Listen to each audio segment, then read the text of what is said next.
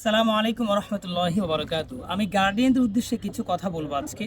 আমরা গার্ডিয়ানরা আসলেই সচেতন না, এবং আমরা যে কোন বিষয়ে সচেতন না সেই ব্যাপারেও আমরা সচেতন না। ফর এক্সাম্পল, যাদের টাকা পয়সা আছে, ফাইন্যান্সিয়াল ক্যাপাসিটি অনেক ভালো, আমরা কি করি? আমরা ক্লোথে অনেক টাকা ব্যয় করি, ট্রাভেলিংয়ে অনেক টাকা ব্যয় করি, কোথাও ঘুরতে গেলে অনেক টাকা ব্যয় করি, ফুডে অনেক টাকা ব্যয় করি। কিন্তু এক্স্যাক্টলি আমাদের ছেলে মেয়ের পড়াশোনার ব্যাপারে যখনই কোনো হোম টিউটর রাখি, কাউকে টাকা দিতে চাই, তখনই আমাদের কাউন্ট করা শুরু হয়ে যায় কত টাকা দিব। 1,000, 2,000, 3,000 একটু বেশি হয়ে যাচ্ছে, আমরা একটু কমায় দিই।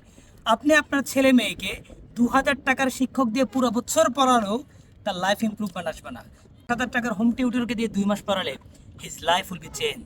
বাট আপনি বুঝতেছেন না কোথায় এক্স্যাক্ট টাকাটা ব্যয় করবেন। আজকে একটা কথা বলি, মনে রাখবেন, আপনি যদি এডুকেশনে টাকাকে ইনভেস্ট করেন, সেটা অনেক গুণ রিটার্ন আপনাকে ব্যাক দিবে, অনেক গুণ রিটার্ন আপনাকে ব্যাক দিবে, মাল্টিপল হয়ে সেটা ফিরে আসবে।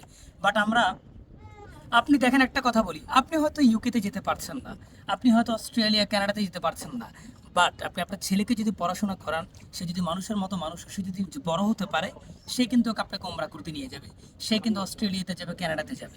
সো কোথায় টাকা ইনভেস্ট করবেন, এই জিনিসটা সবচাইতে বেশি ইম্পর্ট্যান্ট।